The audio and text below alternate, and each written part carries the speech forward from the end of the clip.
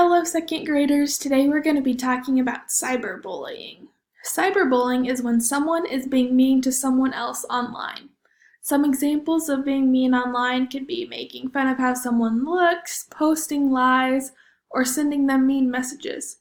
Or in video games, it could be repeatedly doing mean things to someone's character. Bullying tends to happen online because people aren't talking to the other person face to face. And it is so much easier to be mean when you can't see how the other person feels. So it's important to remember to never say anything online that you wouldn't do in person.